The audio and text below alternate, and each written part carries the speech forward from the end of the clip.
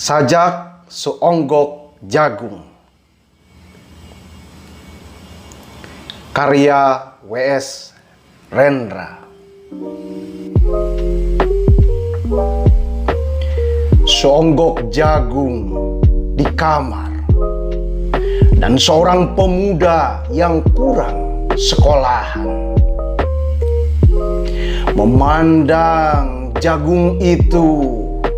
Sang pemuda melihat ladang, ia melihat petani, ia melihat panen. Dan suatu hari subuh, para wanita dengan gendongan pergi ke pasar. Dan ia juga melihat suatu pagi hari di dekat sumur, gadis-gadis bercanda sambil menumbuk jagung menjadi maizena. Sedang di dalam dapur, tungku-tungku menyala. Di dalam udara murni tercium kue jagung. Seonggok jagung di kamar, dan seorang pemuda, ia siap menggarap jagung. Ia melihat kemungkinan otak dan tangan siap bekerja. Tapi ini seonggok jagung di kamar, dan seorang pemuda tamat SLA, tak ada uang, tak bisa menjadi mahasiswa. Hanya ada seonggok jagung di kamarnya.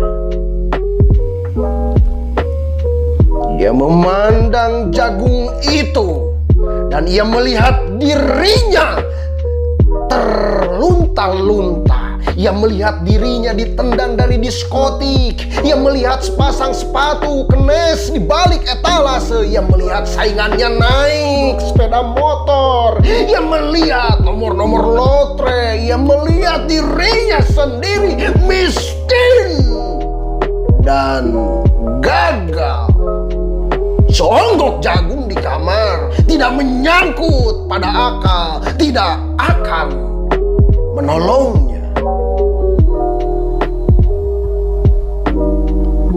Seonggok jagung di kamar tak akan menolong seorang pemuda yang pandangan hidupnya berasal dari buku dan tidak dari kehidupan, yang tidak terlatih dalam metode dan hanya penuh hafalan kesimpulan, yang hanya terlatih sebagai pemakai tapi kurang latihan bebas berkarya. Pendidikan telah memisahkannya dari kehidupan.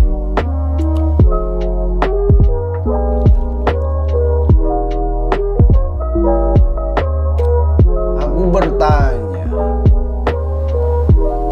apakah gunanya pendidikan bila hanya akan membuat seseorang menjadi asing di tengah kenyataan persoalannya?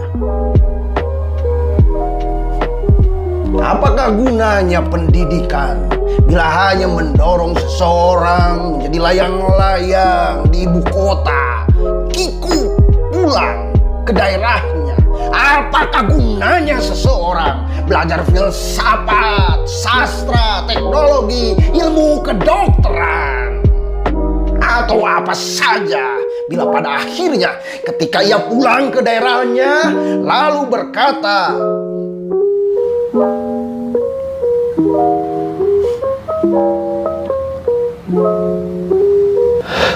di sini aku merasa asing dan sepi.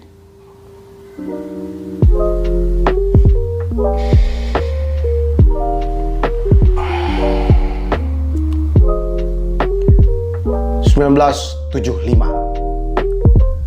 W.S. Rendra.